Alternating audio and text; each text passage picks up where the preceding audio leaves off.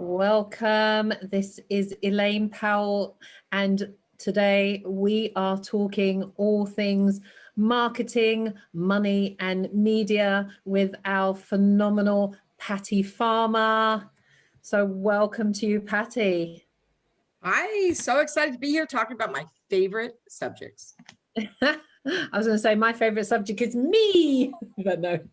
Well, it's an M word. Mine are M words too, marketing, media, and money. Well, thank you for taking the time to be here and to share your golden nuggets. I need to get my golden nugget sign back again that I had for my Speakerpreneur Summit. Do you remember the golden nuggets I used to hold up? I loved it. I loved it when you used to hold it up. Yes, I've just reminded myself I need to get one of those signs back again. So look, if you're watching, just post any questions that you may have. If you're listening via the podcast, then hey, you've missed that opportunity. But if you're watching on YouTube, because I repurpose this interview series because I want as many people as possible to watch it, hear it, and take action. So if you don't know me, I'm Elaine Powell. I'm a TEDx curator, and I say I like talking all things TED. That's why a lot of times I'll be wearing red, and today I've got red lipstick on. If you can't see, I've trained tens of thousands of people in the art of peak performance and public speaking. And I believe everybody has a powerful story to share. And it's my pleasure to help people not only find that story, but craft it, hone it, and deliver it for income and impact. So today you're listening into this interview with Patty Farmer. And I interviewed Patty for my Speakerpreneur Summit back then. That's what we coined it. And I was just blown away with so much information, so much value. And obviously I loved Patty and her personality. So who better to kick off this series than Patty? So welcome to you. Thank you so much for having me. I'm excited to be here, Elaine. Excited to hear from you. So before we kind of get into the meat of the content around marketing, media, and money, and obviously how it pertains to speakers, because that's my area of expertise, I think it's always interesting for people to understand, how did you get to do what you're doing right now, and what is that? So what I do is marketing and media, right? So those are my specialties. But how I got to do that was about 20 years ago. We won't go back that far, but just to make this point, about 20 years ago, I owned a marketing company and a mortgage company. And I had two offices in the same building, and 3 days a week I went to one, and 2 days a week I went to the other. And then in 2008, we all know what happened here, where the mortgage bubble just kind of burst. And at that time, I had just moved to Dallas. So I knew at that moment I needed to make a choice. I was at the fork in the road, so to speak, that everybody likes to talk about.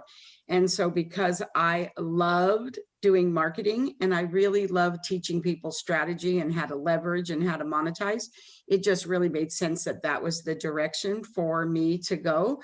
And I have to tell you, it has been quite the journey since then. And I have loved the ride so much. And who do you specifically work with now? So I mostly work with CEOs, small business owners, and entrepreneurs who are either at six figures already or at knocking at the door of six figures, but they're really looking to get to that $500,000 or seven-figure business, and they want to utilize speaking and leveraging the media in order to do it. Yeah, and I'm a testament to that, because I worked with Patty for 6 months. Poor thing had to deal with me every week. So patient with me, because I get very frustrated with myself, and just really help guide me and develop my business in terms of marketing. So thank you so much for that. Really appreciate it. So very welcome. And I have loved working with you for the past 6 months. And you really do know how to use your voice and really craft that. And I really love where your journey is going now. So I'm super excited for you and for the people that you serve. Thank you. Thank you. So I'd love to get into the meat. You know, we only have, it's a half an hour interview. We've only got sort of 20 minutes for you to share, and I'll just, you know, jump in. I like freestyle types of interview. I'll jump in if I want you to elaborate on something or explain something a little bit more. So yeah, you know that my audience are predominantly small business owners, entrepreneurs that want to utilize speaking, presenting, whether on podcasts, webinars, presenting from stage or virtually as we are right now in this COVID period, and a lot of questions that come up about promoting themselves, raising up their visibility. So I'd love to hear sort of your take on how people can do that. Absolutely. This is my favorite question. Just so you know, you just went right out the gate with my favorite question. So I'm going to tell you that I believe with my whole heart and all my business acumen too, that the number one strategy for how you can promote yourself in this area is by promoting others first. And I know that may seem like it is a little bit controversial, but the point really is the best op, you know, everybody's always talking looking for opportunities. The best op stands for other people's people.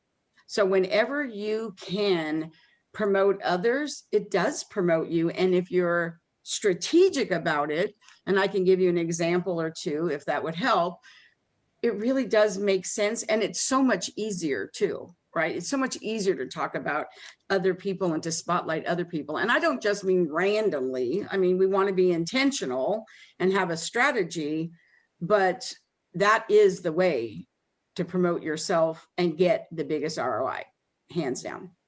Yeah, I like that. Other people's people. So yeah, I'm one for when you're presenting, give me an anchor, give me examples, give me a story just to make it all relatable. So yeah, please do give some examples. Sure. So one example that I can give is, as you know, that I am the publisher of the Marketing Media Money magazine.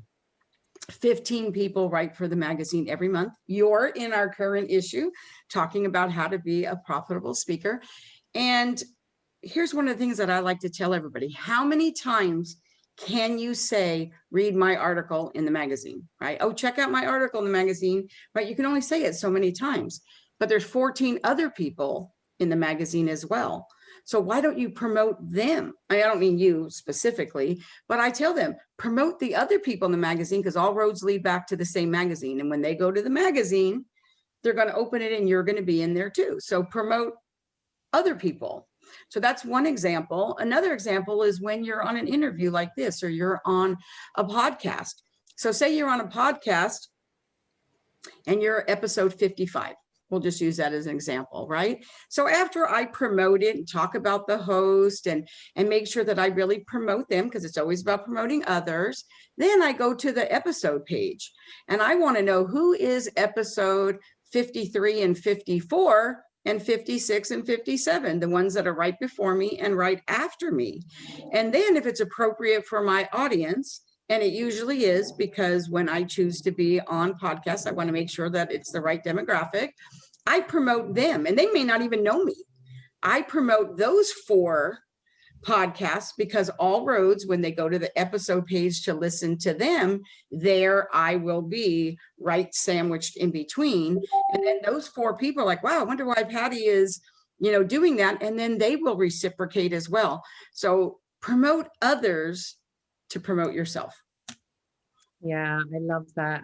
I was in a Clubhouse training today with Ashley Shipman, and the main thing he was saying was about expanding out your brand is collaborating with other people, it's networking with them, it's seeing how you can add value to them, and it's just natural that they'll want to add value back to you as well. And I think it keeps you top of mind as well. And that's why I feel like old school networking per se is when people just randomly do stuff, right? You know, they think, oh, we should go have coffee, and they don't really have a reason to do that. Now, Don't get me wrong, I built my business on having virtual coffee and in-person coffee, but I have also walked away from meetings early on where I thought, oh, wow, there's 90 minutes of my life I'll never get back as well, right? And I'm sure everyone else has too. So if you're intentional about it, right, that's the most important thing, being intentional so that you have a reason to promote them, right? And not only that, but you want to make sure that when you show up, that at the end of that there's something you can do to serve and support them. And it could be something as easy as, you know, sharing with them a great podcast or a blog that you read, or inviting them to be on your podcast if you have one. There's a lot of ways that you can give first, and it makes a lot of sense. It's sort of like how a lot of people go into Facebook groups and I like to call it trolling, right? They're always looking through all the posts, trying to find some way that they can promote themselves. I say, wouldn't it be easier, more effective, and take a lot less time if the person that you connected with is the person who has that Facebook group, and just told them you'd like to serve and support them, and what are some ways that you can do that, and let them guide you to the people that you should connect with, instead of spending hours in a Facebook group going through posts and scrolling, trying to find a way you can promote yourself. Yeah, and a prime example is this interview series that is one of the platforms, is obviously inside my Facebook group, but right now has 650 people. So that's a way of you leveraging this new audience who become more aware of you. And if they like, you know, they like you, trust you, then they'll follow you and see how, you know, you could maybe serve them in a really kind of very subtle, gentle way, versus, you know, buy me, have, you know, take what I have, and you know, your products and your services. Like, give value, give first is, I think, what you said. I always believe that if you lead with contribution, compensation will follow, but you need to serve, not sell first. I love that. I had to write it down. Lead with contribution, compensation will follow. And compensation. Because I really believe that right now, I think we can all attest to the fact that relationships are the currency in today's business environment, right? And so the question I always want to say, since we know that is true, that relationships are the currency, are you making more deposits or trying to take out more withdrawals, right? Think of it like an ATM machine. Make more deposits, right, is really important if it is indeed the currency. So I just feel like right where we are right now, it is so easy to thrive if you just take your eyes off yourself and think about, who in my network can I support? Who do I know? Because a lot of times what people are doing is they want to go wide. They think, oh, I just need to connect to another person, another person, another person. That'll be the key. The reality is you probably already know the people who can help you to get to wherever you want to go. You need to be intentional and go deeper, and really be talking about, what can we be doing together? How can I serve you? What are the areas that you need support? And then I think the other key is, we all like to think about what our strengths are, and nobody likes to really talk about the things that maybe we're not so strong. But I believe that in the times we're in right now, there's huge opportunity in that, because if you could get really clear on where your strengths are not, those are the people you should be collaborating with. I mean, if you're a speaker, but you're not very good about story, well, maybe they should connect with you so you can help them. What if you were good at some things, but you're not very good at copy? Well, copywriters may not know how to market themselves, right? That's a great one for me. I was like, oh, well, how about if we do something together and I'll do all the marketing and you write the copy? So where are you not so strong? That's okay. That's an opportunity now to go out and reach out to people who are strong in those areas and start talking about how you could be doing things together. Yeah, no, I love that. And, you know, one thing that sprung to mind when you were saying around, you know, give first and build your network and lead with contribution, and compensation will follow. One of the questions that comes up so much with aspiring speakers or people who are already getting paid is, where can I find more speaking engagements? And, you know, one of the first things I say is, deal with the low hanging fruit. there's usually somebody already in your community who knows of someone who's running an event, or they have a contact in one of the conferences, or they work in one of the big, corporations, the big Fortune 500 companies, and therefore speak to them first and build that relationship. If it's a relationship that hasn't been, you've kind of put to the side for like 10 years, start building up that relationship with that person again, be very authentic. And at some point, they must be more than willing to, because you gave first, you're thinking about them, you're sending them articles or wherever it might be, then they're more willing to sort of think of you, as you say, because you're in their forefront of their mind. I think that another way too, if you're getting started to really be looking for speaking engagements, is right now speakers aren't really traveling. So this is an opportunity virtually, and they're saying yes to people that maybe they wouldn't say yes to having you come and fly there to speak. So really look at a lot of organizations right now who are doing things virtually. NABO, right? ABWA, eWomen, there's a lot of organizations out there, and reach out. And one of the things that I did is I would start seeing all these groups talking about the speaker that they were going to have. And, they'd be in Chicago or Pennsylvania, right? And I would just reach out to them and I would talk to them about looking where those speakers are. And I'd be like, wow, that's really good. I wish I could have them here. So I would invite them to come and speak on my podcast a lot of times. And when we were having a conversation, I would see who booked them. And then I would contact them, because normally they would pick people who were there. But this is an opportunity for organizations to have speakers speak from all over the world now that they couldn't do before because they didn't have the budget to bring them in. So if you have a good topic and there's something that you can share, the opportunity now is so high for you to be successful speaking in front of hundreds and hundreds and hundreds. And I can give you a perfect example of how that worked for me just this week. Yes, please. Yes, and I'm so excited. So this week I was invited via LinkedIn to somebody on LinkedIn to connect. We were on each other's podcasts. After that, he said that he had a community on LinkedIn that is built by GoDaddy. And it is built by GoDaddy. There was thousands of people in it. And they asked me, would I be willing to come and speak for 30 minutes to this community? I said, absolutely. I did.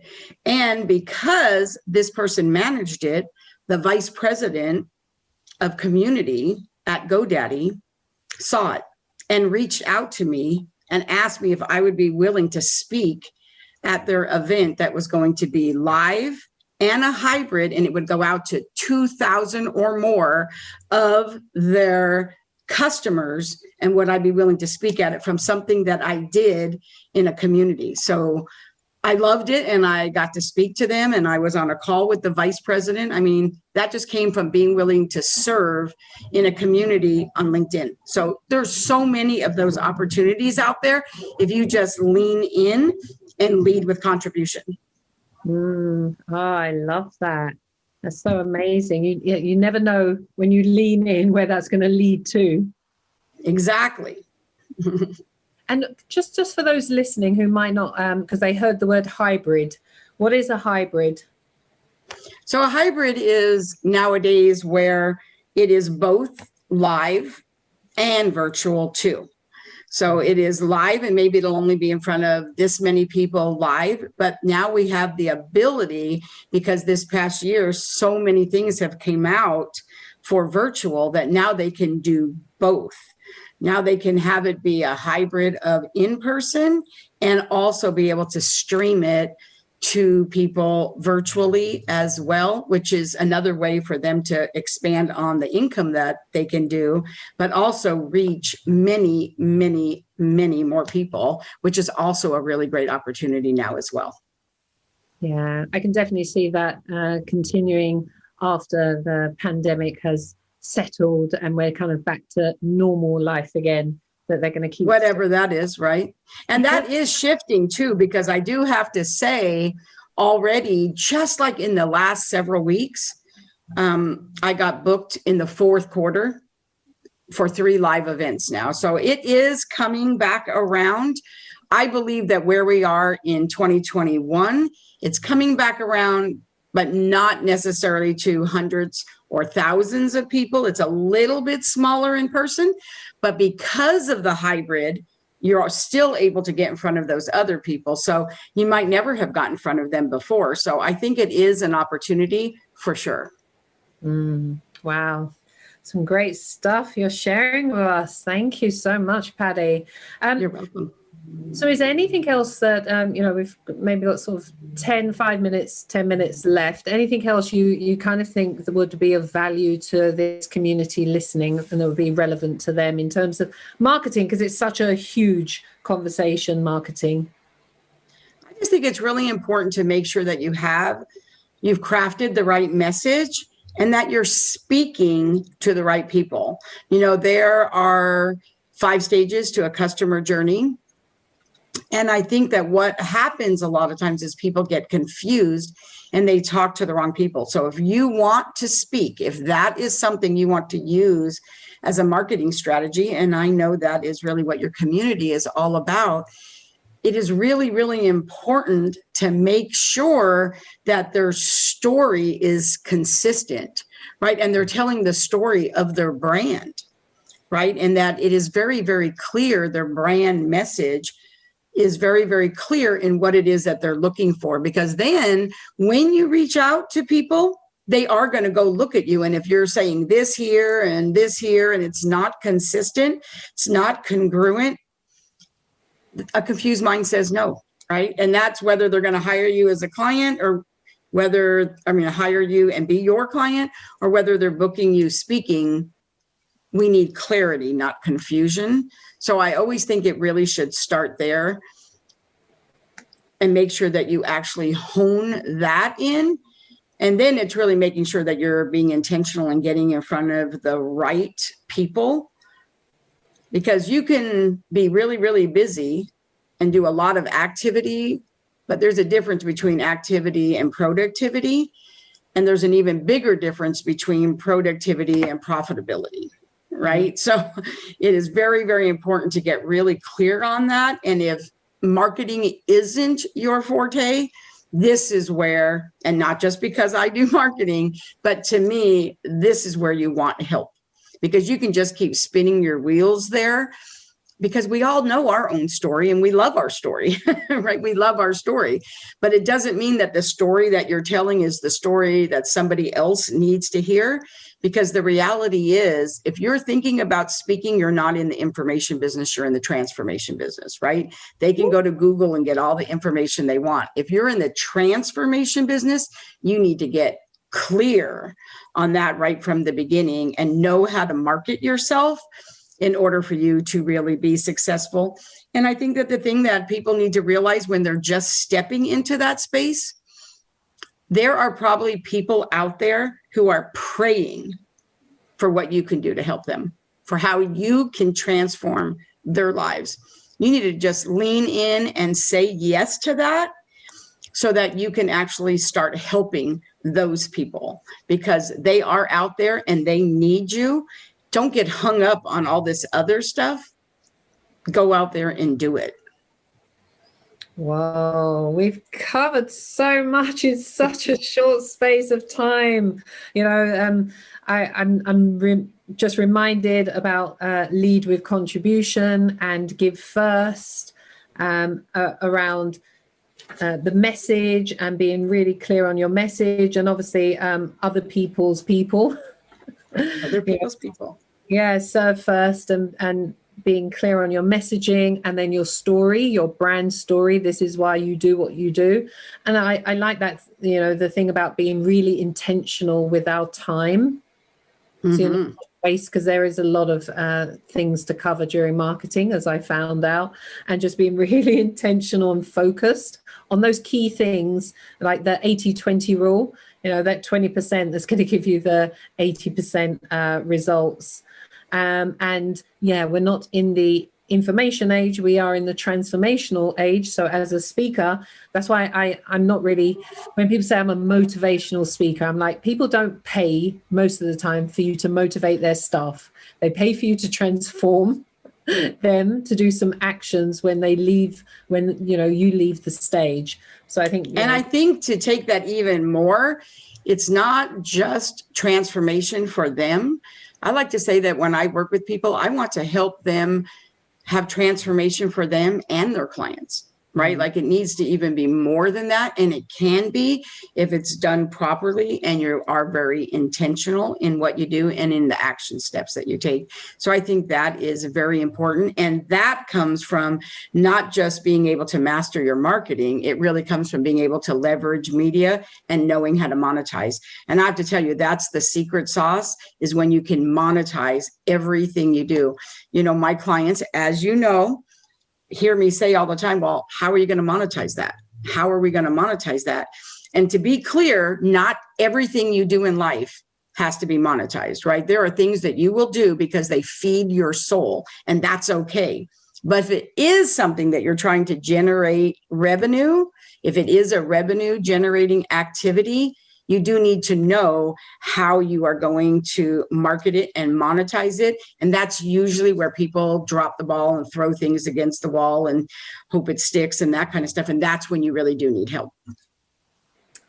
That's a nice transition onto near the end of our interview. So in terms of help and support for anyone listening and they want to keep in touch with you and find out more about what you do, what's the best place for them to find you, Patty?